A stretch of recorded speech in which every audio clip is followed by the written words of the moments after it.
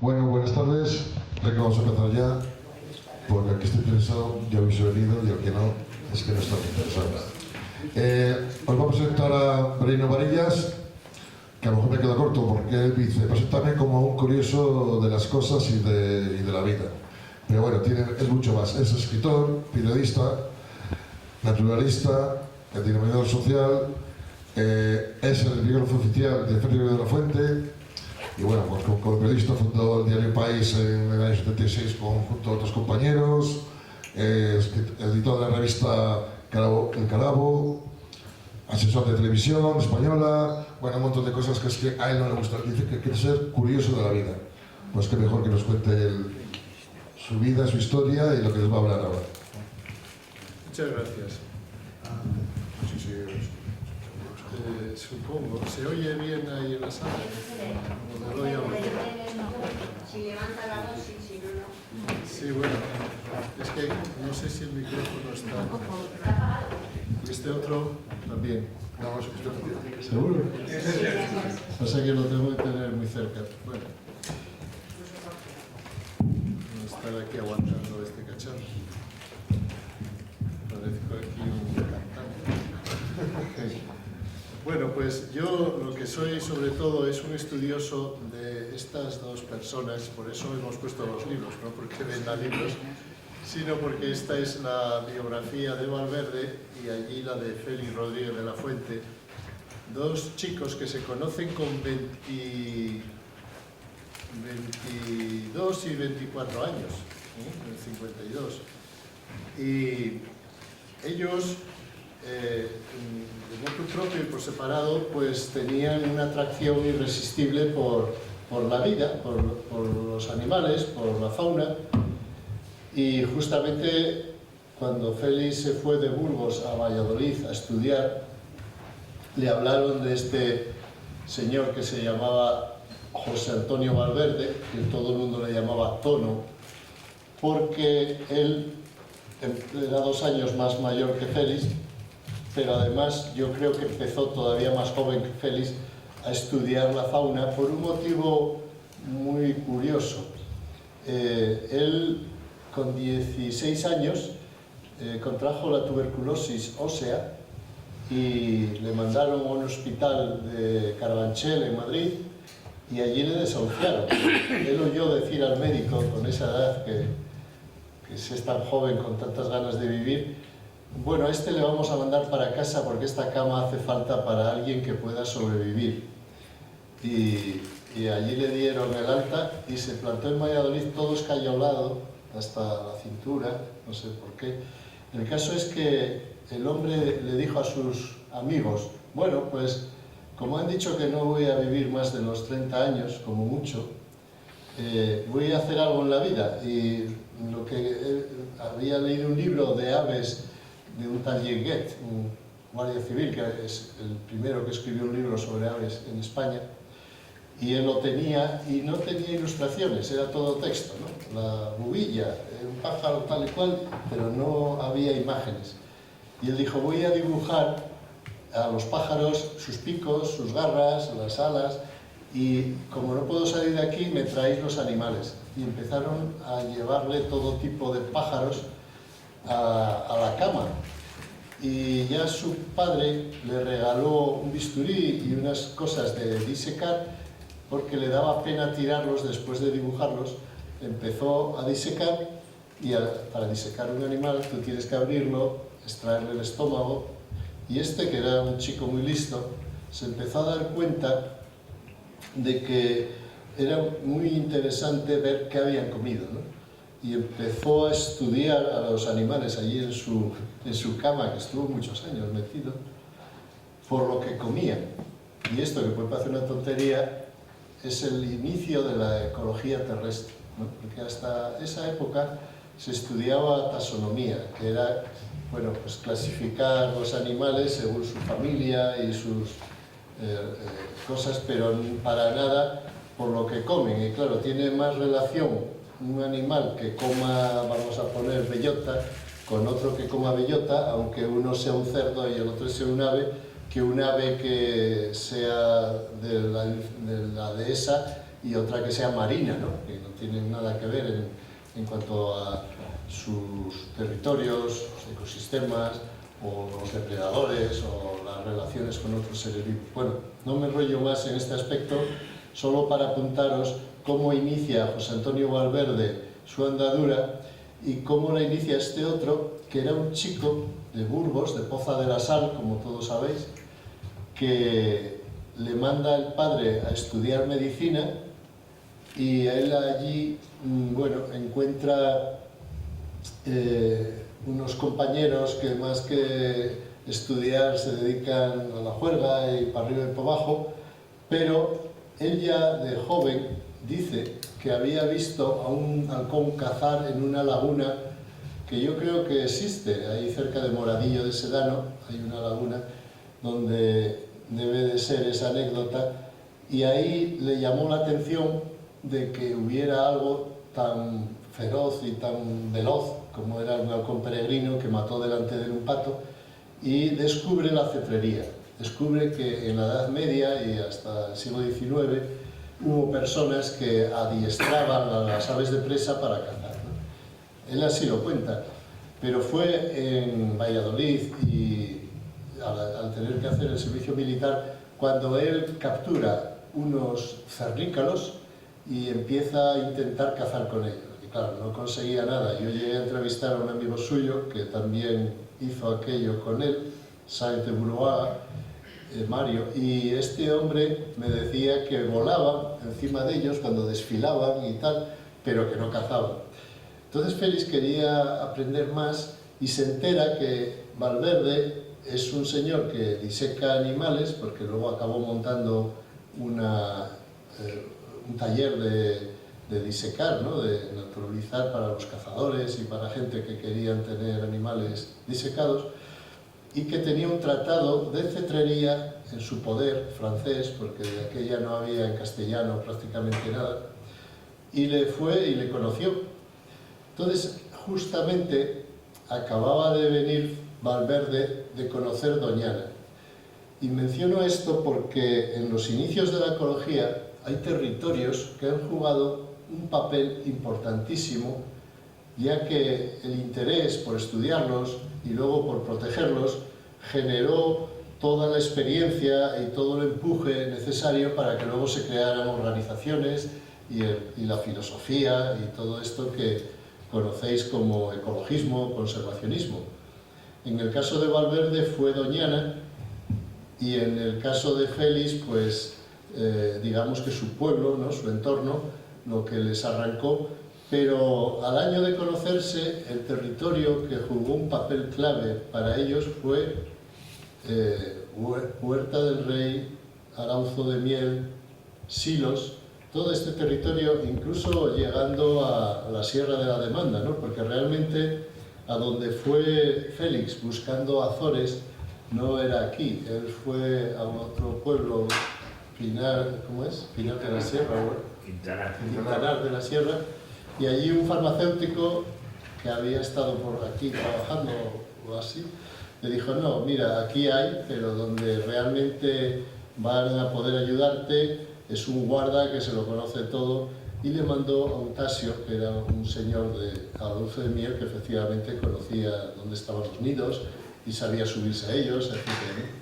El caso es que este territorio, Doñana, las hoces del Riaza, ¿no? La zona de Montejo de la Vega y algunos pocos más, no muchos, son territorios que para los conservacionistas son emblemáticos, son lugares que ya desde los inicios jugaron un papel trascendente. No es que valgan más que otros, pero dio la casualidad de que aquí, en el monasterio de Silos, ya en el siglo XIX, empezó a recorrer estos territorios un fraile que se llamaba Fray Saturio, que había estudiado en Madrid, creo, en la Institución Libre de Enseñanza o algo así, y era un hombre culto, preparado.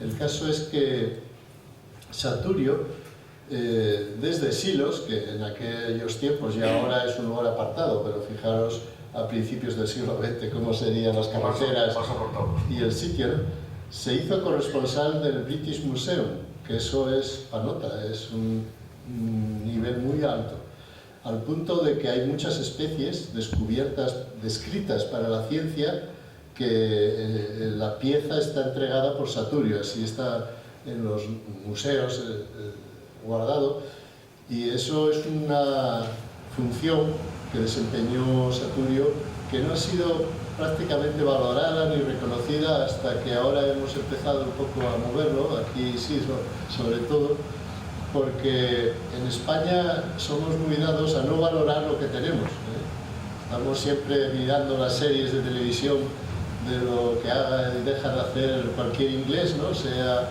yo qué sé, la monarquía o un explorador, y sin embargo no sabemos nada de los nuestros. El caso es que Saturio, Félix y Valverde forman un triángulo en el año 54 tremendo, porque Saturio, además de saber dónde estaban los Azores, tenía una colección enorme de animales disecados de todo tipo que él había ido coleccionando o que le habían regalado los misioneros que andaban por el mundo y le traían piezas de Filipinas, de América del Sur y tal. El caso es que en Silos había un museo en el monasterio muy, bueno, tal vez el primero así importante después del de Madrid y pocos más, ¿no? El de Barcelona también empezó antes, pero que era curioso que un centro religioso tuviera eso en su sitio, ¿no? Al entrar, ahí a la izquierda estaba el museo. Entonces, es un tema, yo pienso, muy interesante para hacer ver a la gente que ahora se queja, que es en España vacía, en qué medida los recursos naturales y el paisaje y la gente, ¿no? Que hubiera aquí un Saturio o un Eutasio, pueden hacer que surjan grandes cosas, ¿no? Como son Valverde, que es prácticamente el padre de las ciencias naturales en España. Él fundó luego la Estación Biológica de Doñana y de ahí ha salido pues la cuarta potencia mundial de investigación de zoología, ¿no? No sé, publicaciones se miden, ¿no? Tienen hay un ranking y bueno, no sé si lo mantienen, pero hubo un momento, en unos años, por lo menos hacia el año 90, y yo creo que sí siguen igual, que estaban considerados la cuarta potencia en biología de la conservación. Y luego un Félix, que os voy a contar quién era Félix, ¿no?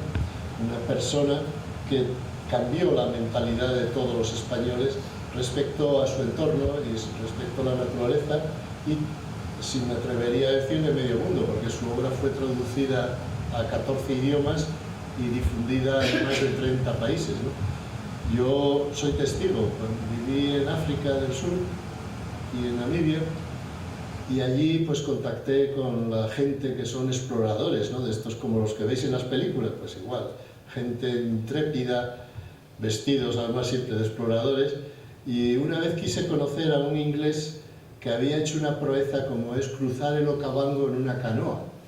El que sepa lo que es el Okavango sabe lo que digo, ¿no?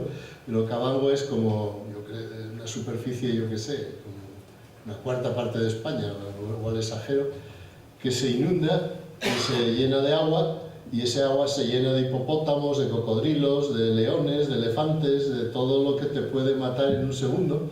Entonces nadie se había atrevido jamás a cruzar en una canoa, ni blanco ni negro, ¿eh?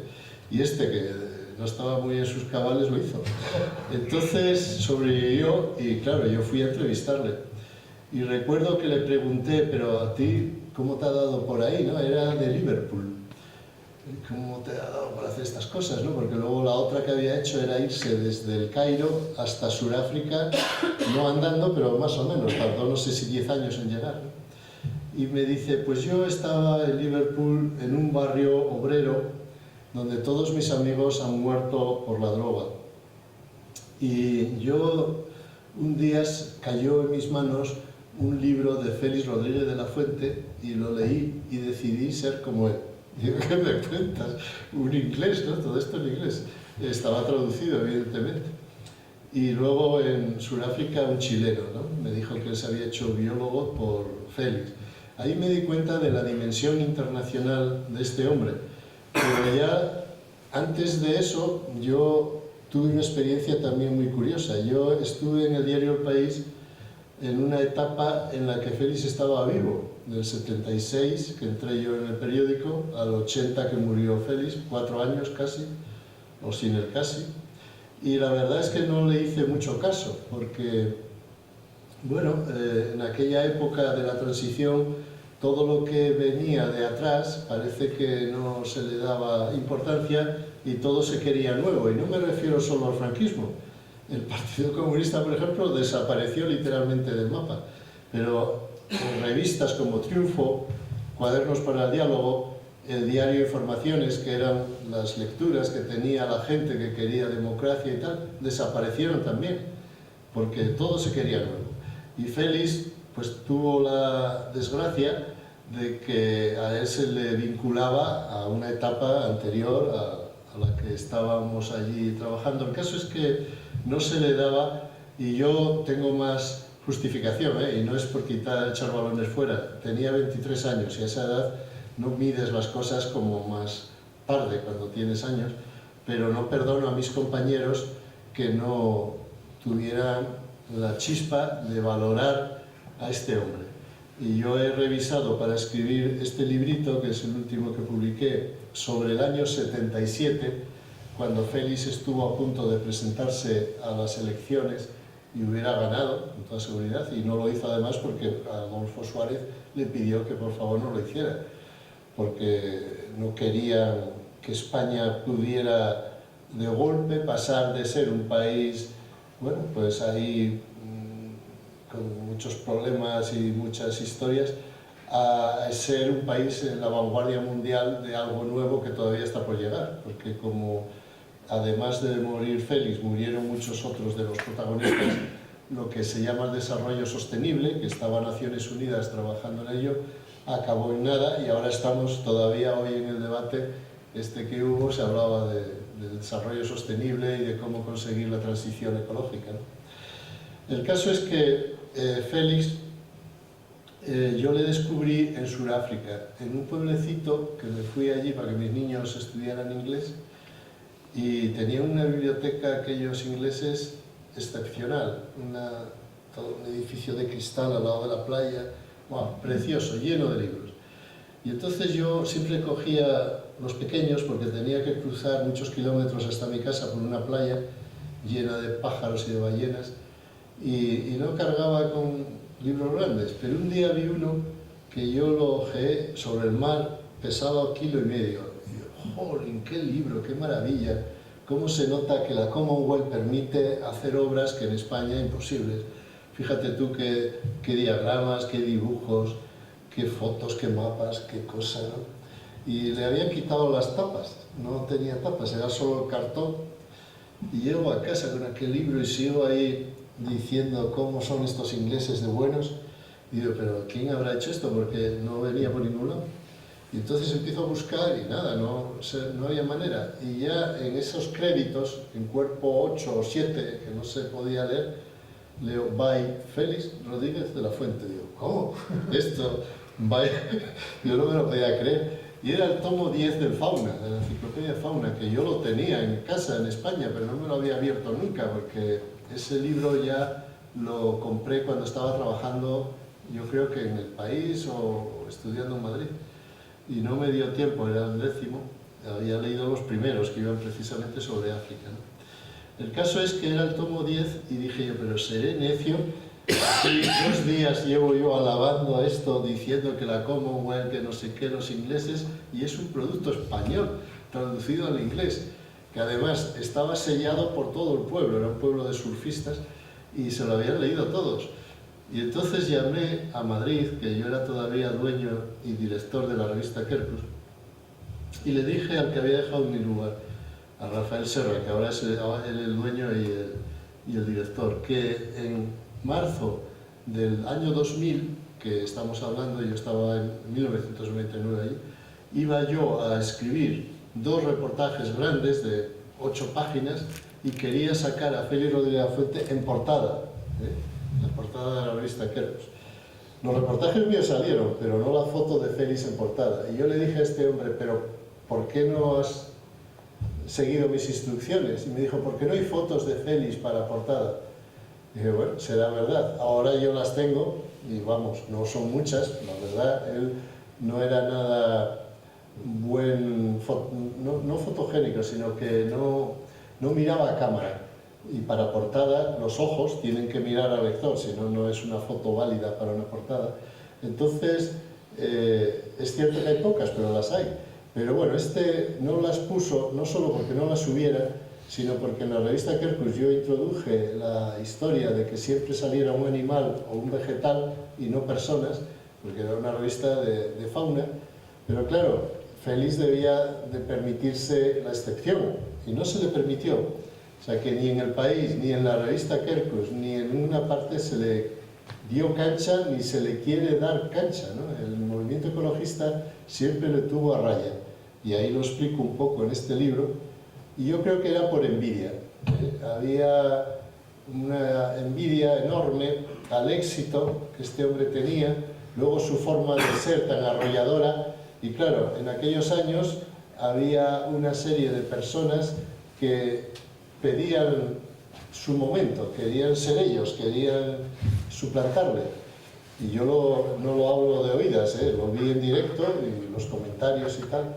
Luego al fallecer todo eso quedó ahí aparcado y nunca se notó, pero si él hubiera seguido vivo, esa guerra hubiera trascendido al público, ¿no? De darse cuenta de que ahí había una pelea de gallos, vamos, de gallos, de un gallo contra un montón de polluelos que querían aprovechar la circunstancia de la transición a la democracia, que efectivamente daba nuevas oportunidades a gente joven para ellos poder desarrollar su labor.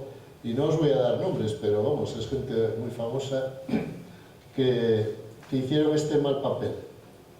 Entonces, bueno, como os decía, aquí este territorio jugó un papel muy importante porque fue el taller de aprendizaje de dos colosos, los dos grandes pioneros, que durante años incluso trabajaron en solitario, porque prácticamente hasta la transición española en la que sus seguidores crecimos, no tuvieron rival, e incluso después de crecer sus seguidores, ninguno igualó ni de lejos la labor que realizó Rodríguez de la Fuente en comunicación y Valverde creando estructuras. Él era buen investigador, pero lo más valioso que hizo fue crear la Estación Biológica de Doñana. Ellos mantuvieron la relación con Saturio hasta el fallecimiento de este fraile, que murió creo que hacia el 64, 68. 58. Ah, 58, tanto. Creía yo que había... Ya por eso de Félix, cuando va a verle, no puede atenderle porque está enfermo, y le dice el padre que estaba en la puerta que le ha dicho que los Azores se encuentran en Los Pinos. Y Félix, con mucha gracia, en una cinta de radio que podéis escuchar, cuelgan todas de internet, dice, y yo salí de allí diciendo, a ver en qué pino, porque claro, imaginaros toda la tierra de pinares y todo este territorio lleno de pinos donde podía él ponerse a hurgar, y fue a caer en este pueblo que os dije, y de allí se vino a esta zona. Y en el caso de Valverde, pues estuvo a punto, fíjate, de llevarse todos los animales, o muchos de ellos, en lo que era fauna ibérica, porque había otras especies que a él no le interesaban, y no lo quiso hacer, por no querer abusar de los frailes del monasterio, ¿no?, que generosamente le daban lo que tenían, y luego ardió todo, hubo un incendio, y me decía, porque yo trabajé con él 10 años en hacer estas memorias, me decía, Merino, ¿por qué no cogería yo aquello que me ofrecía? Porque lo hubiera salvado, claro. En fin, la historia se escribe así, con sus alegrías y sus tristezas, pero pienso que tenéis aquí un buen recurso, y estamos desde hace 2 años, bueno, haciendo ciclos de charlas, y se pueden hacer muchas más cosas, y creo que se están haciendo más cosas, ¿no? En plan de museo, de exposiciones, se pueden hacer ediciones de obras, reediciones, y poner en valor las cosas que tiene esta tierra, ¿no?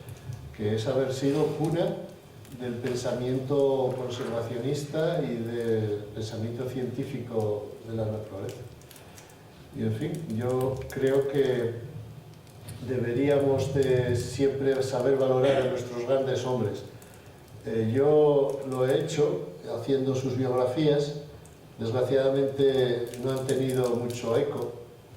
Yo esto lo edité en el año 2003-2006 y todavía me quedan ejemplares, pues haciendo una tirada pequeñísima, os da una idea del interés que hay. Bien, es verdad que en el 2013 Google me lo puso en la red y yo siempre sospeché que la gente lo lee gratis en la red, aunque no está completo, creo que está el 70% de las páginas, con eso se escudan ante una posible reclamación. Ellos dicen además que lo han pedido permiso al CSIC, el Consejo Superior de Investigaciones Científicas, que figura aquí porque me compró 500 ejemplares y me firmó un contrato de que jamás podrían ellos vender para que lo regalaran a los científicos, ni comercializar, ni mucho menos darle el permiso a Google para que lo publiquen, ¿no? Pero vamos, el otro día me llamó un periodista del País sobre un caso de un científico que ha hecho unas cosas y se había leído el capítulo de Valverde referido a la Estación Biológica de Doñana, que era el tema que me llamaba el periodista, en uno de los tomos que yo publiqué, y le dije, mira, esto que me estás queriendo, porque los periodistas son muy malos, quería buscarle 5 patas al gato a una pobre persona de Sevilla, esto que me estás diciendo de esta persona me parece sin ningún recorrido, no lo veo yo que merezca tu tiempo, pero podrías preguntar a Google por qué me han fusilado los 7 tomos de las Memorias de Valverde. Dice, oye, ya lo pensé yo, porque me he leído el libro en Google, y dije yo, ¿cómo será posible que hayan colocado toda esta información aquí y tal, ¿no? Con sus fotos? Dije yo, vamos, y no me hizo ningún caso. Él seguía queriendo hacer sangre con una persona que no se lo merecía. Pero vamos, os cuento esto para que veáis también el escaso interés que aún a fecha de hoy siguen teniendo personajes tan interesantes, ¿no? Se les hace homenajes, tal, pero yo, por ejemplo, ahora ando detrás de llevar a una serie de televisión la vida de Félix, que englobará parte de la de Valverde, y no creáis que tengo detrás de mí a las cadenas y a las plataformas, no, están ahí como diciendo, es más, Netflix me dijo, si destruyes la imagen de Félix, te lo compramos. Y dije, ¿cómo que si destruyo? Dice, sí, porque solo vende si desmitificas un mito. Lo hemos hecho con Cousteau y hemos tenido un éxito tremendo. Digo, manda narices. Digo, pues mira, por desgracia hay mucho tomate, mucha sangre alrededor de Félix, pero no por él, sino por la gente que le quiso mal. Podríamos hacer una serie con mucha intriga y muchos malos, pero precisamente Félix, yo, cuando escribí sus memorias, tenía lo peor, porque como me habían hablado mal cuando trabajaba de joven, yo cuando la hija se empeñó en que escribiera la biografía, dije yo, bueno, lo hago, pero a ver ahora qué me voy a encontrar. Y desde luego yo tengo una educación que lo que nunca haría es mentir, ¿no? Si me hubiera encontrado algo malo de este hombre, lo hubiera dicho. O hubiera dejado sin hacer el libro, pero nunca hubiera blanqueado a nadie, ¿no?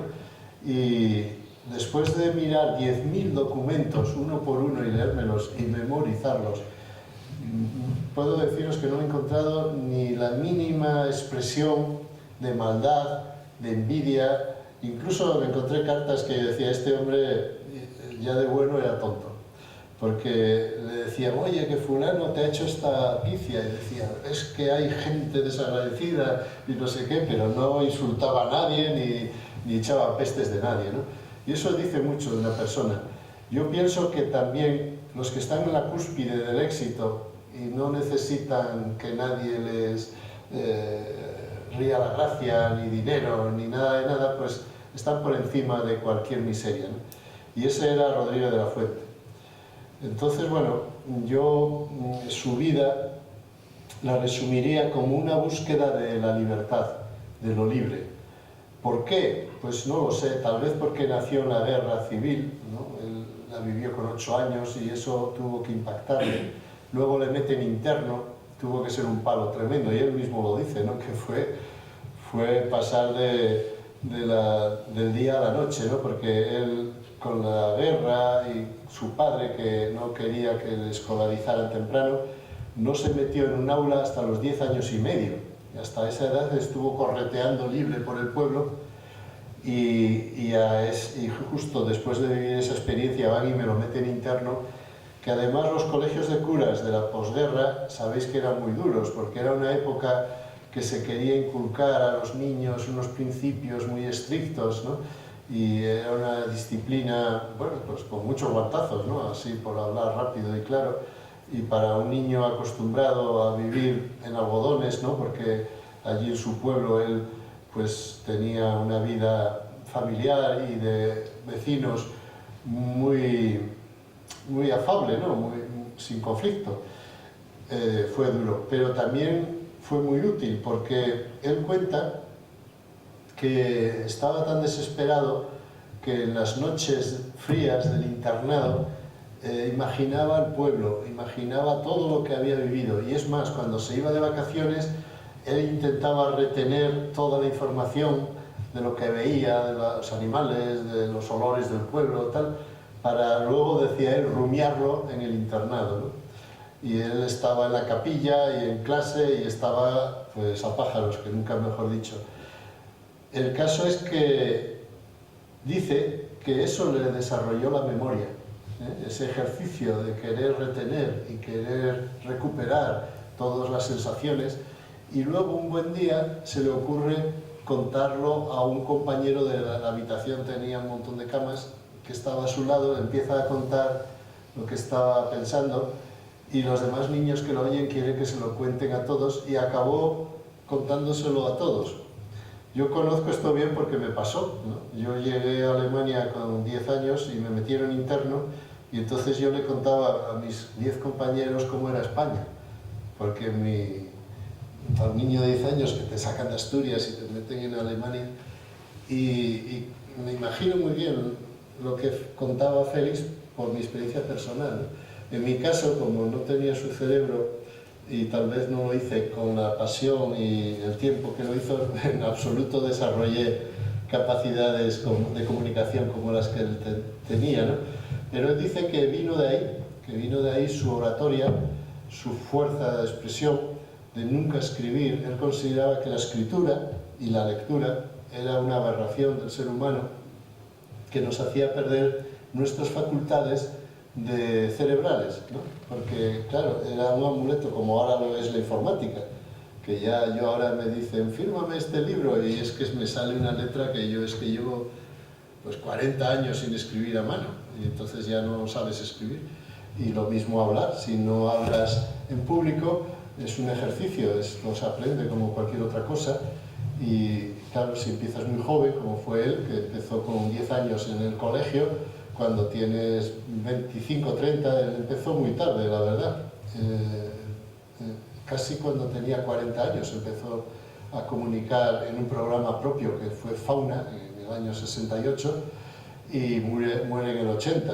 Apenas tuvo 12 años para transmitirnos todo esto que, cuando hablamos de él, pensamos que fue algo muchísimo más intenso y más duradero, ¿no? Porque fue tan intenso que nos da la idea de que Félix estuvo entre nosotros medio siglo, ¿no? Y estuvo nada, visto y no visto, porque yo ahora que me voy haciendo mayor, digo, pero si es que 12 años no es nada, yo miro hacia atrás y me acuerdo perfectamente, ¿no? Que estaba donde estoy.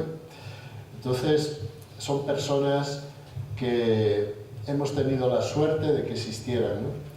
Y tenemos la mala suerte de que no se les reivindique, que no se les estudie. Por ejemplo, Hermida, el corresponsal de la televisión española en Nueva York, que os recordaréis, ¿no? De este hombre que retransmitió la llegada del hombre a la luna, por ejemplo, fue una de sus primeras actuaciones que le hicieron muy famoso. Pues él le conoció a Félix, y Hermida era muy observador. Yo le tuve de jefe un año en El País semanal, y era un hombre muy interesante, a pesar de que era muy pintoresco, pero él se dio cuenta de las capacidades que tenía Félix, ¿no? y propuso, al morir en el año 80, que la Facultad de Ciencias de la Información, que se acababa de fundar, creara una cátedra, o por lo menos una unidad, un departamento, que estudiara el fenómeno de comunicación que era Rodrigo de la Fuente. No hicieron ningún caso. Es a día de hoy que Félix en la facultad, yo estudié allí, ni se le menciona, vamos, ¿no? Nadie tiene mayor interés en indagar dónde están las claves. Incluso se ha repetido hasta la saciedad de que Félix es irrepetible. Y yo digo, no hay nada irrepetible. Nunca llegarás al nivel de Velázquez, pero Velázquez creó una escuela, o Tiziano, o Picasso, todos crean un estilo pictórico, ¿no?, que luego siguen miles de personas o cientos, algunos llegan más alto y otros pues cuelgan sus cuadros en su casa. Pero eso de que alguien es inimitable o que imitarle es degradante, ¿no? Mira, quiere imitar a Rodrigo de la Fuente. Es cierto que a este hombre le quisieron imitar muchos cómicos y entonces quedas como si fueras uno de ellos, ¿no? Pero no, hombre, sin querer imitarle, en cuanto a la voz de él, cada uno tiene que tener la suya, incluso en los contenidos, en el mensaje, pues cada uno tiene que desarrollar sus ideas. Pero hay una técnica que yo he dado con ella y que he ofrecido y no se ha interesado ni su familia, ni Televisión Española, ni la Facultad de Ciencias de la Información, ni nadie. Yo lo he ofrecido una y otra vez.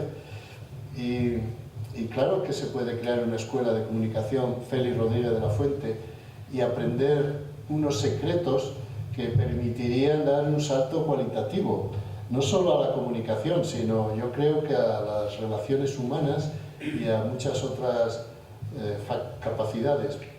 Valverde, que también era un gran orador, pero sobre todo era un gran gestor, un gran ejecutor de sus ideas. O sea, estos dos tenían una idea y la llevaban a cabo, no era como otros que tenemos muchas ideas pero se nos quedan ahí en ideas. Pues un día, cuando estábamos haciendo estas memorias, le dije, pero Tono, tú escribiendo tan bien como escribes, ¿cómo no escribiste más? Tenías que haber sido escritor. Dice, Varillas, porque él me llamaba siempre por el apellido, tienes que aclararte, porque a mí, un gran amigo suyo, que fue gracias a él que se pudo llevar a cabo la creación del Parque Nacional de Doñana, Mauricio González, un bodeguero que todos conoceréis por sus bebidas, más que por su nombre, Vías, ¿no? Los Vías y los Gordon, los González Vías y los Gordon, son bodegas de ellos. Pues me decía Mauricio que yo tenía que haber sido comercial, porque yo de comercial me hubiera forrado vendiendo vino, ¿no? Y así todo el mundo, porque él cuando empieza, que ya empieza el pobre a andar, y empezó a andar porque cuando le escayolaban, el estar en la cama inmovilizado, con la enfermedad que tenía, le calcificaba los huesos, las juntas, y eso le daba un dolor enorme, y solo le aliviaba si se movía, ¿no? Y entonces, en muletas y arrastrándose, el tío salió de casa y empezó a andar por el río Pisuerga, que lo tenía perdón, al lado de su casa. Y entonces él no tenía cámara fotográfica y dibujaba los pájaros. Yo tengo de él lo menos, bueno, en el último tomo publiqué, yo qué sé, ¿no?, 100 dibujos de Valverde. Y los vio el director de la casa de Velázquez, Monsieur Legendre. Y Monsieur Legendre le ofreció una beca para estudiar Bellas Artes en París, le ofreció montar una exposición, fíjate tú, un chaval de 25 años, lo que le estaban ofreciendo en 1950 no menos, estamos hablando de 1949, por ejemplo, ¿no? O sea, España, estábamos aquí en la posguerra con unas necesidades hasta de comer que eran extremas, y a un chico que el gobierno francés le ofrece una beca y le ofrece pasarle la fama porque vio en él un talento como el de Picasso, o en su caso que era realista, ¿no?, pues como el de Antonio Suárez, por ejemplo. Este le contesta, no, yo no quiero ser un pintamonas, Yo lo que quiero es estudiar los pájaros, y concretamente, porque él estaba muy puesto, ¿no? Se lo sabía todo, y sabía que existía la reserva de la Camarga, al sur de Francia. Yo quiero estudiar las garzas de la Camarga. Y a los 3 meses estaba en la Camarga, becado por el gobierno francés y la Universidad de Toulouse, estudiando las garzas. Hizo un trabajo brillante. Allí conoce a Luc Hoffmann, que era el capo mayor de la ornitología mundial, y salta a la fama, ¿no? Y ese era Valverde, un hombre enfermo que luego desahuciaron 5 veces más. Él tenía 5 grandes enfermedades, y cuando yo hice las memorias le acababan de detectar la última, que era un cáncer. Y entonces yo estaba preocupado, porque las memorias él no las quería hacer. Él quería publicar un libro sobre el oso, el libro de la Montería de Alfonso XI, que escribió en 1350. Él lo encuentra en la Biblioteca de Sevilla y se recorre España buscando los 1500 montes en los que monteaba el rey con sus nobles, y detecta 700 a lo largo de 10 años de investigación.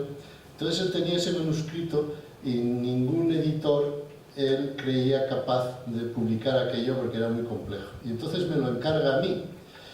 Y digo yo, pues vaya muerto. Y dije, mira, te lo hago a cambio de que tú me hagas tus memorias. Y yo te publico el libro del oso y las memorias. Y él dice, no, yo no tengo tiempo de hacer unas memorias. Y le digo, bueno, mira, vamos a hacer como hizo Villalba con el rey. Yo te grabo y luego lo paso a texto y luego tú lo corriges y así salen tus memorias. Y pues eso me gusta mucho. Es una buena idea, porque eso de que le situara al nivel de Juan Carlos I. El caso es que le digo, bueno, Tono, pero yo necesito que me hagas primero una cronología de tu vida. Empieza desde que naciste hasta hoy, año por año, qué hitos son los más sobresalientes para yo luego en la entrevista saber qué te tengo que preguntar. Dice, pues yo te lo hago. Entonces yo me fui a vivir a África un año, y cuando vuelvo me entrega 1500 folios. Dice, Varillas, he hecho lo que tenía que hacer. Y digo, muy bien. Y empezamos a editarlos, claro, porque estaban en bruto. Entonces cuando muere, porque en vida no hubieran salido jamás, él era un perfeccionista y estaba siempre queriendo... Me llegó un día a hacerle prometer que solo saldría un tomo, de 7 que saqué, ¿no? Porque él decía que esto era todo basura, que no le interesaba a nadie. En eso tiene razón, pero no es basura, es oro puro. Y entonces, bueno, él era... ¿Qué os estaba contando? Que me hizo prometerle que no publicaría todo. Yo se lo saqué así. Cuando muere, me entrega el hijo el disco duro de su ordenador. Entonces yo entro en su disco duro y claro, ahí estaban los textos que yo conocía, pero entro en la papelera y encuentro todo lo que había borrado. Y bueno, está todo publicado, hasta la papelera, ¿no? Porque, como os digo, es un material histórico de un valor incalculable, las memorias de Valverde. Y gran parte describiendo este territorio, ¿no? El viaje que hace de Aranda de Duero a Silos, pasando por aquí, para Guadalconde, ¿no? Coge allí, deja el tren o no sé qué, como vino. Eso es un pasaje literario de una belleza suprema, ¿no? Y pienso que es un texto que deberíais de publicar. Yo tengo los derechos, pero os los concedo, para hacer un folletito, ¿no? Que pueda la gente ver cómo alguien habla de este territorio. Él decía que esto era el alma de Castilla, que estábamos en un territorio lleno de fuerza y de belleza, y ya veis, los que estáis aquí y otra gente poco preparada puede considerar que esto no son las montañas de Suiza, ni las cataratas de Niágara, ni la selva amazónica, ¿no?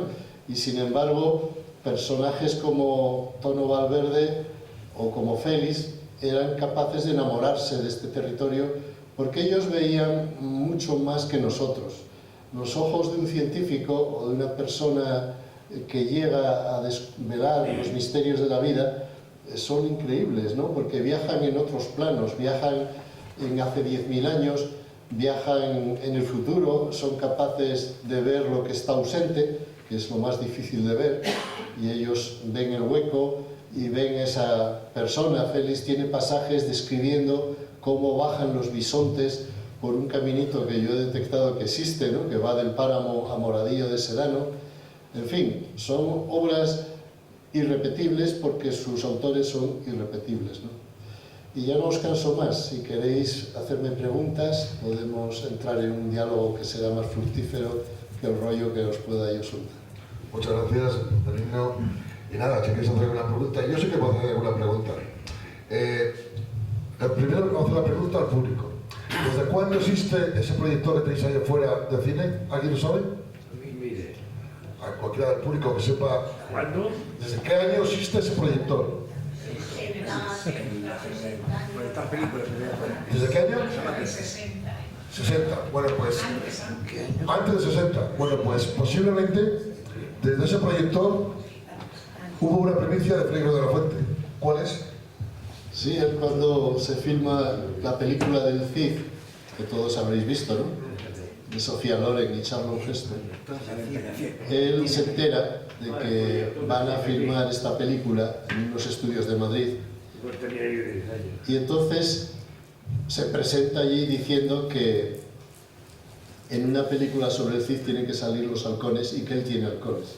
Y le ofrece al norteamericano, el que producía la película, que use los halcones para que salga el Cid y salgan los demás nobles cazando o haciendo que cazan, ¿no? Entonces logra, porque además le avala Menéndez Pidal, que dice que efectivamente era un experto en el Cid, no puede hacerse una película sobre el Cid sin sus halcones, y es así como entra en contacto con el mundo del cine, porque Félix hasta 1960, que es cuando se filma esta película, él se había dedicado a sacar el doctorado de dentista y a trabajar en una clínica, la del doctor Baldomero Sol Philippe, en la que él estuvo pues 3 años o así, haciendo, primero estudiando otros 2 y luego practicando, en total 5 años de su vida. Él era muy feliz, igual que lo era estudiando medicina o lo era en el internado, porque él solo quería estar al aire libre y viendo animales. Y entonces el doctor Sol, que ya le fichó siendo su profesor de doctorado, rápido dijo: ¿qué es esto, no? ¿Quién es este hombre? Y rápido le dije: tú tienes que venirte conmigo a trabajar en mi clínica. Entonces le conceden media jornada, ¿no? Dice: bueno, venga, trabajas solo 4 horas y las otras 4 te dedicas a la cetrería. Pero Félix ni 4, ni 3, ni ninguna. Él quería irse de allí. Y bueno, estando en esas, se le ocurre llevar estos halcones al rodaje y allí conoce a un técnico, no sé si era cámara o qué función tenía, José Luis de la Serna, familia de toda esta saga de grandes personajes, ¿no? Jesús de la Serna, director del diario Informaciones, no sé si venían hijos o nietos de Víctor de la Serna, en fin, una familia muy conocida, y funda con él una productora de cine, porque Félix estaba lleno de ideas y rápido dice: yo estas escenas que conozco de los halcones cayendo en picado sobre una perdiz o un pato, puedo filmarlos, y efectivamente lo hizo con este José Luis de la Serna y con un productor que puso dinero, que era un hombre también muy importante, Prado Colón y Carvajal, que era el amigo del rey Juan Carlos. De la Casonero. De la casa, bueno, era... El jefe de la Casonero. No sé si llegó a ser jefe. Llegó a ser el jefe de la Casonero, sí. Pero vamos, era un hombre importante. Y filman un primer documental que era sobre cetrería. Entonces van a los castillos, van a tal, y filman también nidos, y aquí vinieron a filmar creo que la Azor, porque era lo que Félix conocía, él los llevó a todos los sitios. De hecho, yo proyecté en primicia, porque cuando yo encontré esta cinta, la encontré entre los papeles de Félix, ¿no? La tenía en su despacho, la pasé a un DVD Y un día, no sé por qué, estaba yo por Poza de la Sal, devolví un favor de haberme grabado una conferencia a una emisora que se llama Radio Valdivielso. A hockey. A Hawking, sí, mira cómo le conocéis. Y entonces le dije, mira, te voy a proyectar en primicia, porque había presentado en primicia la biografía de Félix en Poza de la Sal, que solo fue Hawking, el amigo de Félix, que se llamaba Polis, y una periodista del periódico de Burgos, y la televisión regional. Pero del pueblo no fue nadie, solo... Suele ocurrir. Estaba buscando, bueno. El caso es que como este Hawking, ¿cómo es? Hawking fue a grabarlo para la radio, que es una emisora muy pequeñita, pues yo le dije, te voy a proyectar y le estaba todo el pueblo allí, y de repente yo no estaba en esta información, dice, y dejamos el páramo de Masa para bajar al valle de Valdivielso, y sale el pueblo. Bueno, no os podéis imaginar lo que fue para aquellas gentes que de forma inesperada Félix hablara de ellos en una película que era la primera que hizo. Que por cierto, no lo he dicho, se estrenó aquí, en Huerta de Rey. Sí, en Se esa... se pregunta por su proyector. 63.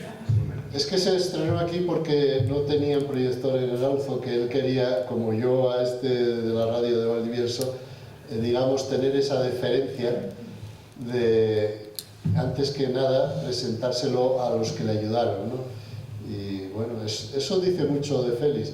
De hecho, yo levanté la liebre de su relación con Arauzo porque cuando me tocó escribir la biografía, yo manejé 10.000 documentos para escribir ese tocho que está ahí.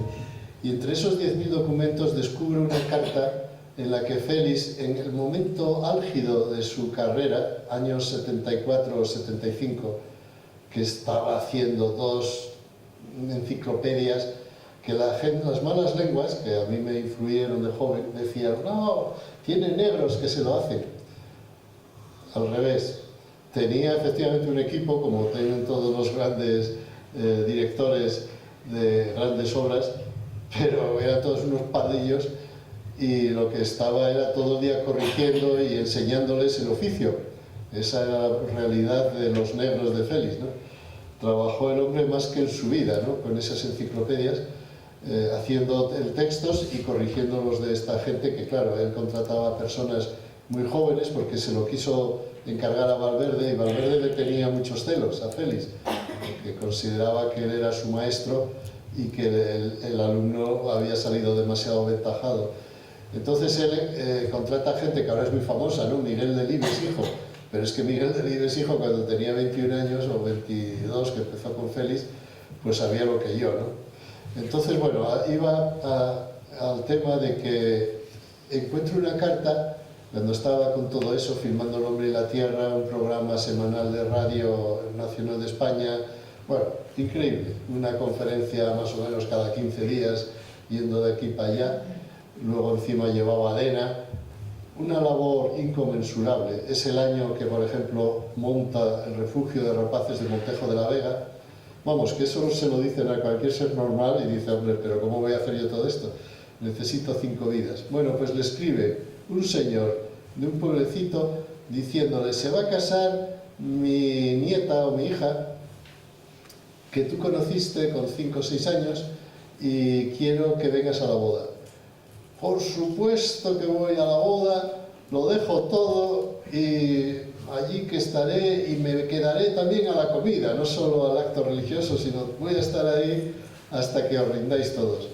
Y a mí me pareció, porque me acababa de leer todas las cartas del rey, del presidente, de los árabes, de aquí, de allá, de Inglaterra, de Estados Unidos, yo veía su plan de trabajo, porque lo tenía todo delante, y digo, ¿cómo este hombre se me va a Arauzo de miel a una boda? Yo no lo hubiera hecho jamás, porque tienes prioridades y sabes que no puedes, luego vas a dejarlo, bueno, la verdad es que lo estoy haciendo, vas a dejar compromisos enormes por estar ahí, pues una cosa que te da sobre todo satisfacción personal, pero no es previsible que de ahí saques ninguna tajada de un gran negocio o vayas a llegar a ministro por ir al Auzo de Miel a la boda de Eutasio, ¿no?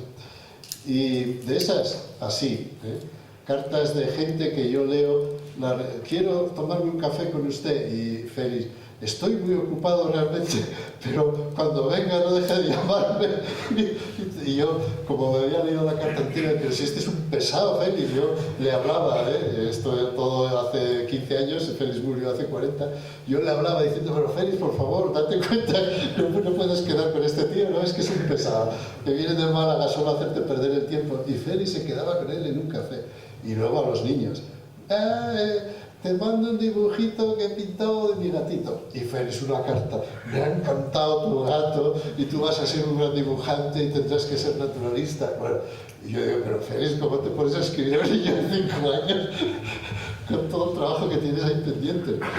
Entonces estos son los personajes, ¿no? Estos son los personajes. Lo cierto es que, bueno, todos que estamos aquí yo creo que somos generación feliz por la edad, porque esos años empapamos todos los programas, son también interesantes, lo demás era películas o no sé, pero vamos, todos hemos visto todos los documentales de Félix. Y el otro día, estando en el Arauzo, en la presentación del parque con Beatriz, la directora del parque de Salida de Arauza, pues había muchos niños, había una serie de temas de bomberos que están intentando apagar los incendios, y había pues 20 o 30 niños.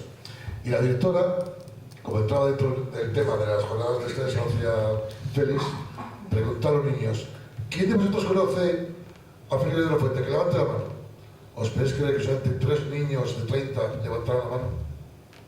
Se me cayó el alma al cielo, de verdad, porque yo creo que Félix para nosotros, para una generación, fue algo increíble, ¿no? Que nos llenó de, bueno, pues de naturaleza o de amor hacia los animales. ¿Tú crees que se puede volver a ser alguien o una generación, alguien parecido a Félix, que los niños se enamoren de la naturaleza o de algún personaje así parecido? Bueno, yo propuse crear la escuela, ¿no? Una academia que enseñara a comunicar con sus técnicas, que son muy sofisticadas, yo lo reconozco. Ahora, el otro día casi me pegan en Aranda, yo hoy no sé, no me atrevo ya a hablar más de inteligencia artificial y del futuro, porque las personas siguen queriendo tejer con la rueca, no quieren telares, o imprimir con amanuenses de silos, no quieren imprentas, ¿no? Y nadie quiere alta tecnología, pero ahora hay una tecnología que para mí podría ser la clave. O sea, yo crear un niño, cuando yo presenté la estrategia de hacer la escuela de Félix, requería crear una escuela de párvulos de 2 años y desde esa edad hacer el Félix. Y necesitabas 40 años hasta tenerlo, o lo que fuera, ¿no? Félix empezó con 40, bueno, a lo mejor con una técnica más sofisticada, pues cuando esa persona llegue adulta, ¿no? 21 años, tendría esas capacidades. Pero son muchos años, claro, 20 años ahí trabajándose a unos niños para que llegan a ser esos cerebros tan privilegiados como el de Félix, y luego evidentemente no todos lo lograrán, porque al margen de la técnica luego hay también que tener materia prima, ¿no? No todo el mundo, probablemente al 100% yo creo que nadie, porque esos son fenómenos que da la vida, pero hombre, yo no aspiro más que al 10%, Con el 10% de un Félix cambiamos el mundo.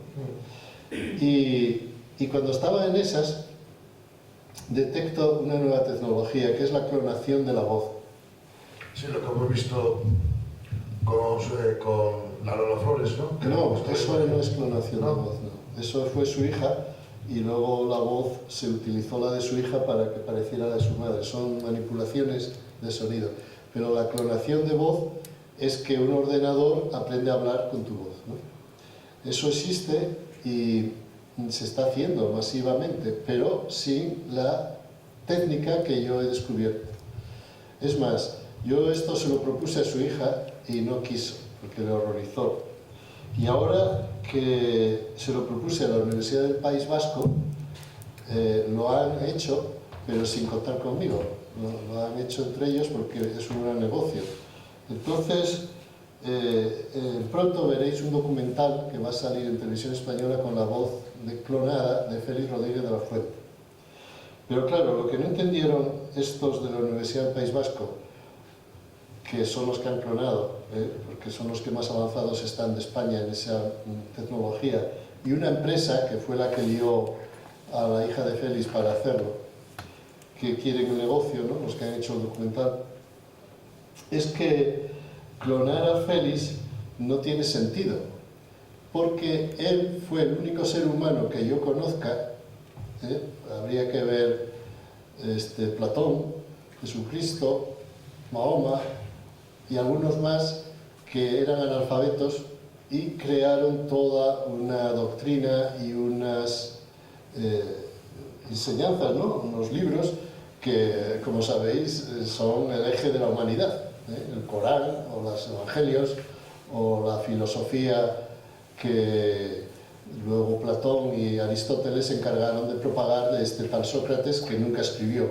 y que además estaba en contra de la escritura, no es que no supiera escribir. Él tenía muy claro, como Félix, que si se escribía se perdía la capacidad que da el cerebro si no lo haces. Claro. Entonces Félix se clonó a sí mismo, o sea, hizo lo que ahora solo saben hacer los ordenadores que tienen inteligencia artificial. ¿Cómo lo hizo? Yo no lo sé, estoy indagándolo, y ahora hay unos científicos que están muy cerca de averiguar cosas que me podrían clarificar este misterio. Yo les escribí y me han mandado la porra. Vamos, no me han contestado. Luego mandé a un doctor científico que les escribiera y a él sí le contestaron, porque la gente es tan clasista que cuando eres un indocumentado como yo, ni te contesta. Pero si eres un doctor de la Universidad de Norteamérica, rápido dicen que no puede ser. Y no puede ser porque les da miedo. Incluso yo creo que les está dando miedo lo que están descubriendo, que es que el arte rupestre está vinculado a la voz, no tiene nada que ver con el arte pictórico. Entonces, Félix guarda un misterio, ¿no?, de cómo él pudo escribir, entre comillas, ¿no?, 700 guiones de radio y televisión sin escribirlos, y luego locutarlos sin leerlos.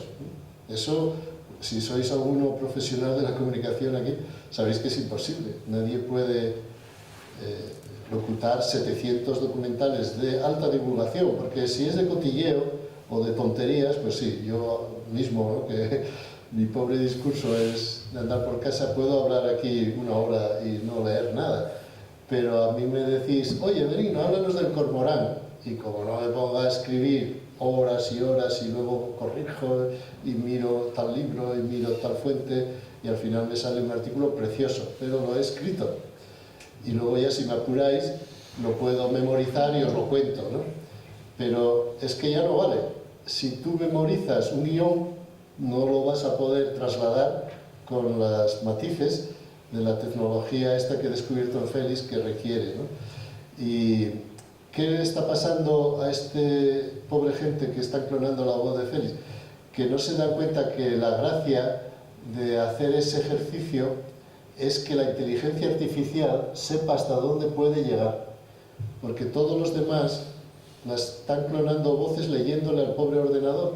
Ponen el micrófono, sacan un libro y se lo leen. Y claro, el pobre ordenador, que es muy listo, pero claro, es listo reproduciendo lo que le enseñan. Le enseñan a hablar leyendo. Y hablar leyendo no tiene nada que ver con hablar hablando. Creo que ya os lo conté el otro día, no me voy a repetir porque creo que estáis aquí los mismos de Arauzo prácticamente, pero es una cosa interesantísima, porque el día que todos tengamos nuestra voz clonada, todos podremos dar grandes conferencias, locutar nuestros guiones, hacer incluso publicidad comercial con una voz tan convincente y tan fuerte, si no tanto como la de Félix, que eso era un caso extremo, sí muy similar, ¿no?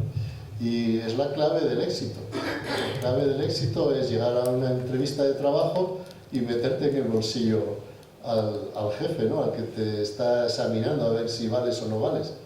Entonces, eso se está haciendo, y yo soy un convencido de que algún día todos los humanos, o todos los que trabajan por lo menos en comunicación o en cosas, los profesores, ¿no?, Los profesores darán las clases con una voz clonada, claro, porque es que no va a tener color. Lo que puedan decir ellos con su voz, porque son ellos, no estamos hablando de una suplantación. Cuando habla con toda la fuerza con la que yo ahora más o menos, ¿no? Ya a mi edad poca fuerza tengo, pero la voz bien modulada genera en los cerebros, ya os digo, los que lo están estudiando no se atreven ni a publicarlo, ¿no? Porque entra ya en el área de la manipulación, entra en el área del misterio, pero hay libros desde precisamente Platón, los griegos clásicos, ellos sabían que podían curar con la voz y que podían hacer maravillas con la voz, ¿no? Y hay gente como, por ejemplo, Laín Entralgo tiene un libro, ¿no?, de cómo sanar con la voz. No sé si conocéis a este intelectual, que era médico, y escribió ese libro que luego yo me lo he leído y ahí no se atreve. Él seguro que estaba en posesión de secretos, pero como en los años 40 que escribió este libro, 50, en aquella época, vamos, todo esto te queman los curas, ¿no? Si cuentas esas cosas. Vas a la hoguera. Y lo que hizo Laín Entralgo fue hablar de la Grecia clásica. Bueno, más preguntas. ¿Alguna pregunta que queréis hacer? Yo lo que quería preguntar es lo que usted ha dicho que ha cogido de él, que es ser, que no se trata en que lo que usted ha dicho que ha cogido como la esencia de lo que él era, que lo que le gustaría es llevarlo a algún sitio, a la televisión o demás, que usted ha dicho que como que ha cogido la esencia de su forma de comunicar. ¿A qué se refiere? A todos los conocimientos que él tenía, no, a su forma de eso, de dirigirse, de cómo hablaba, de cómo captaba. O sea, ¿usted quiere decir que ha encontrado como una especie de planning de cómo él se comunicaba? Esa fuerza que él tenía, como que ha encontrado un planning de cómo era. Bueno, a ver, luego la realidad tampoco es muy elemental, ¿no? Él, lo primero que hacía era procurar utilizar la máxima calidad de grabación, que es clave, ¿no? Por eso él lo descubre en Altamira, ¿no? Él descubre que la cueva de Altamira no es un lugar para pintar, para luego cazar más o tal, ¿no? Él descubre que la cueva de Altamira y todas las cuevas paleolíticas son estudios de grabación de audio, en los que los chamanes, que así les llamamos nosotros, ¿no? Y es una palabra un poco degradada porque pareces ahí un indio dando saltos con una piel y una pluma en la cabeza, ¿no? Cuando probablemente eran físicos que sabían física cuántica y se la transmitían unos a otros. A saber cómo era esta gente, ¿no? Probablemente eran muy finos, porque alguien que nunca trabajó suele ser alguien de manos muy finas. Y Félix así lo consideró, así lo investigó y así lo ejerció.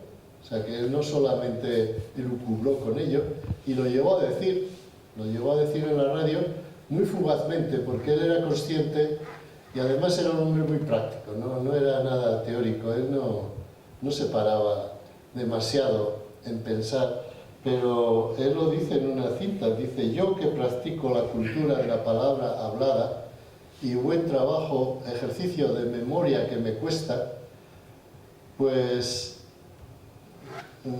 considero que la escritura ha sido el inicio del fin del ser humano como cerebro capaz de desarrollar sus capacidades. Y es cierto, ¿no? Lo vemos ahora, todo el mundo lo dice. Yo ahora con el móvil ya no tengo que retener nada, ¿no? Está todo aquí. Di tú que nos hemos degradado al punto de no tener memoria, parecemos ya esa neurona que nos queda, no funciona, pero esa tecnología que nos machacó, en los libros primero, luego los ordenadores, probablemente nos devuelva con la inteligencia artificial esas capacidades que hemos perdido, ya que van a memorizarla por nosotros, van a relacionarla por nosotros y va a hacer la parte que nuestro cerebro le es complejo de hacer, ¿no? Que son, ¿cómo se dice? procesos, ¿no? Análisis que un ordenador te hace en un segundo y los humanos necesitamos un equipo multidisciplinar 10 años haciéndolo a mano. Entonces Félix, su secreto era la calidad. Él siempre, hay un artículo en internet que podéis leer, ponéis la palabra Félix de la Fuente, magnetofones, ¿no? O micrófonos, y si acaso la palabra nagra, ¿no? Que era el magnetofón que él utilizaba, y es un artículo de uno de sus seguidores o colaboradores de audio. Y entonces se asombra este señor, que sabe todo de audio, de por qué Félix estaba obsesionado en comprar los Sennheisers más caros, ¿no? Que son los micrófonos más sofisticados, el último Nagra, grabar en los estudios más insonorizados del mundo mundial, estar siempre a la última, y era porque es la clave, ¿no? El grabar, tal. Y luego tu voz. Él, de forma casual, hacía todos los días una hora de ejercicio de atletismo. Corría, hacía pesas, nadaba, estaba siempre cuidando los músculos de la capacidad torácica, que era enorme, la que él tenía. De hecho, fue campeón de los 400 metros lisos en los Juegos Universitarios de 1950. Eso ya os da una idea, ¿no? de que no era una broma lo suyo en el atletismo. Y luego los músculos de la garganta, ¿no? Él tenía un cuello de toro y eso te hace que tus cuerdas vocales y tal estén bien servidas. Entonces él lograba hablar con una frecuencia, con un tono, con un ritmo, con una fuerza que no otras personas no lo hacemos. Y así más cosas, ¿no? Más cosas. Si desvelo los misterios es que pierdo la oportunidad de formarme. Es mentira. Es que es muy elemental. Es practicar, practicar.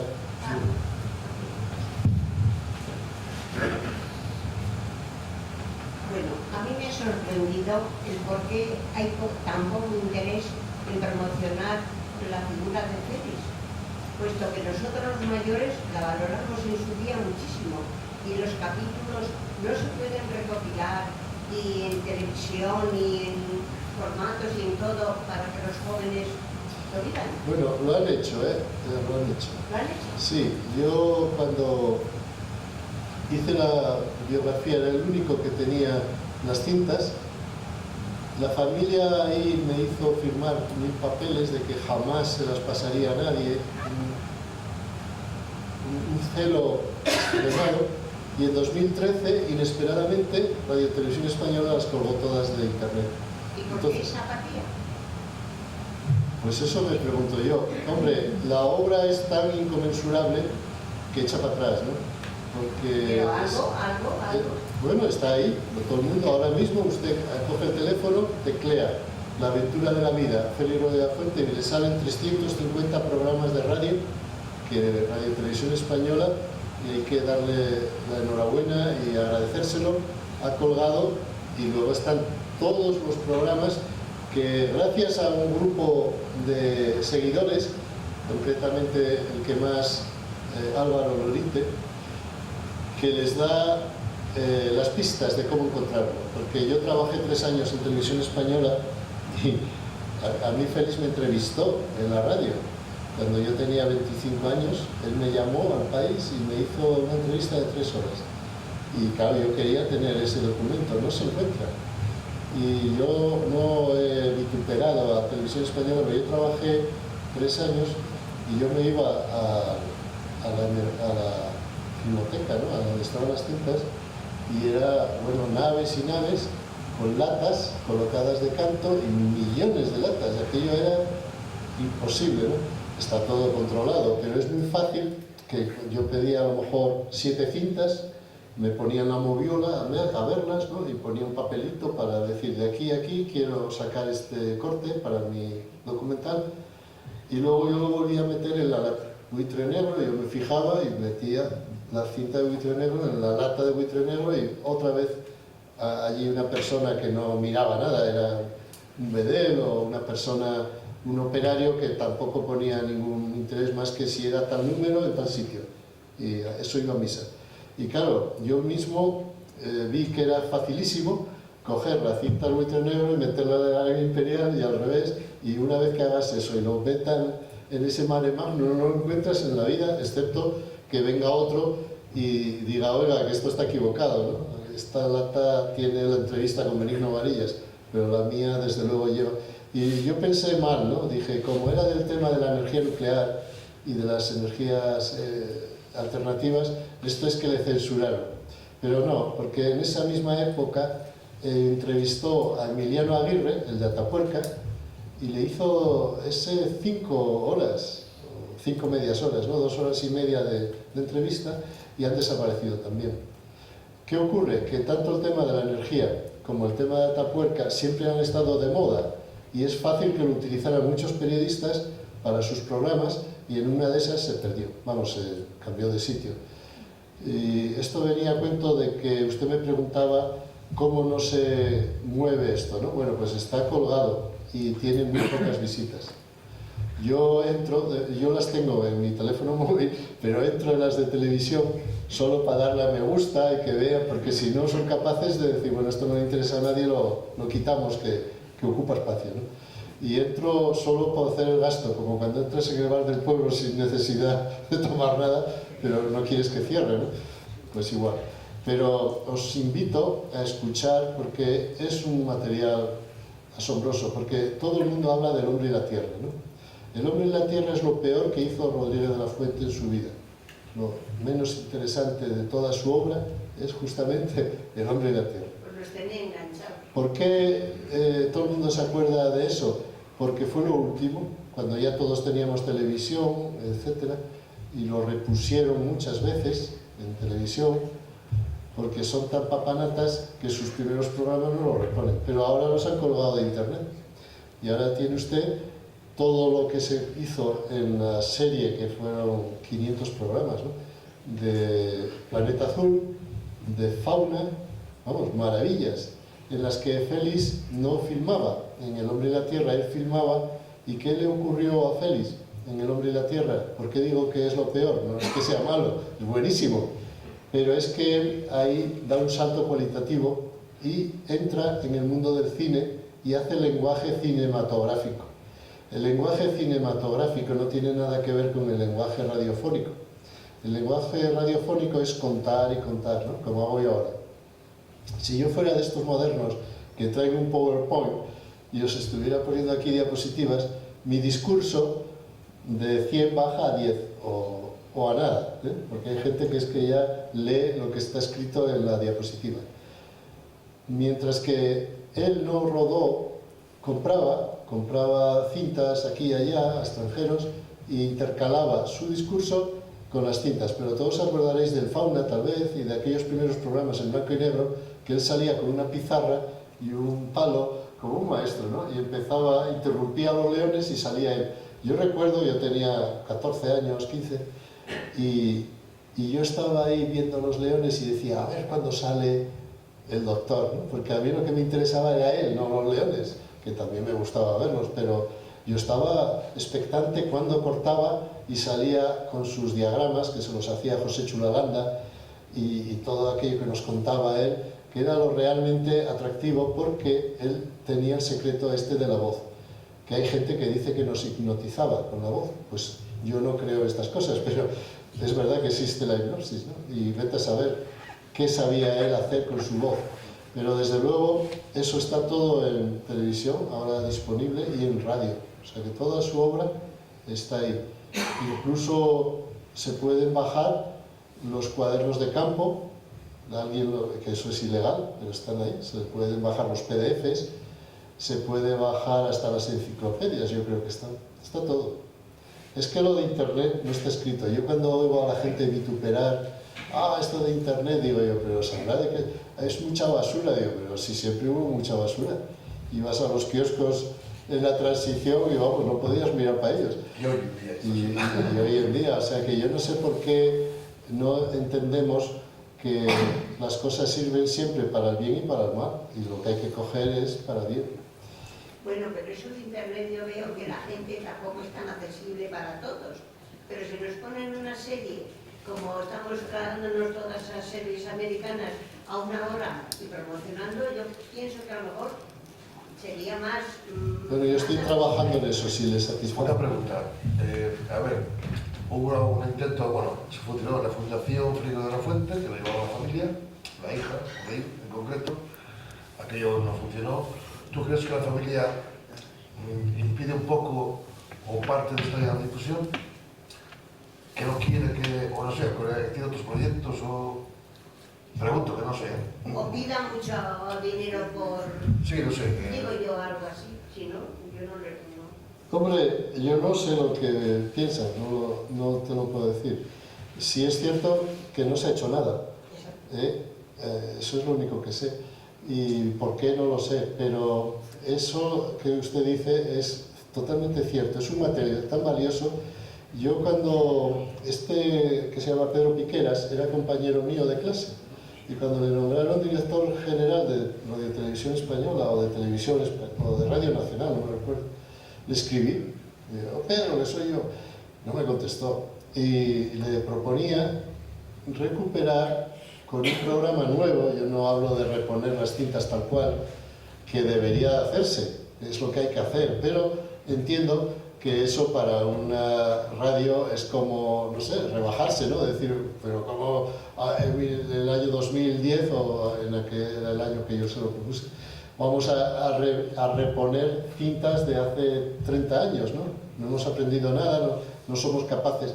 Entonces yo le proponía algo que hizo Araujo en ese año, justamente, que repuso 15 capítulos de una serie que es en la que me grabó a mí, pero también le grabó a él, 2 programas, y que los repuso yo creo que por eso. Pero vamos, que es lo que hay que hacer, lo que hizo Joaquín, que es mezclar las cintas originales con comentarios que las actualicen, ¿no? Y decir, bueno, ¿y de este tema qué pasó? Y entonces llega un experto y dice, pues mira, esto acabó en la nada, o casi todo lo que Félix se propuso ha prosperado.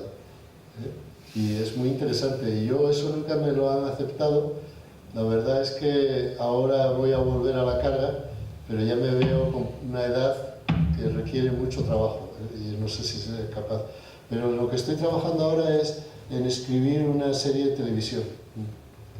Tengo 6 capítulos ya escritos, los guiones, y son 24 en la primera tanda, porque, vamos, yo de hecho había previsto 13 y me dijeron, no, ahora no se lleva las series de 13, que es el baremo de mi época, ahora son microseries, todo ahora es micro, y muy rápido y nada de profundizar, ¿no?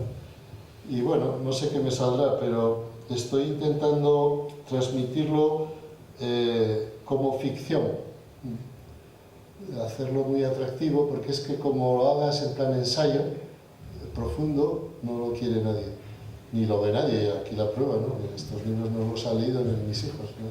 Nadie, ni las hijas de Félix los han leído, no, me lo han confesado. ¿Y eso qué es la prevención de su La madre? pequeña sí, pero las otras no. ¿Alguna pregunta más?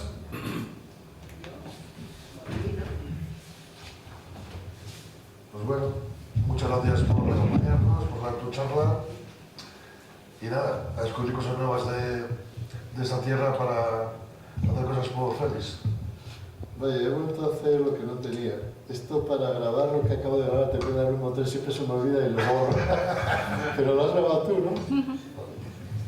Pues Benigno, muchísimas gracias por venir hasta aquí.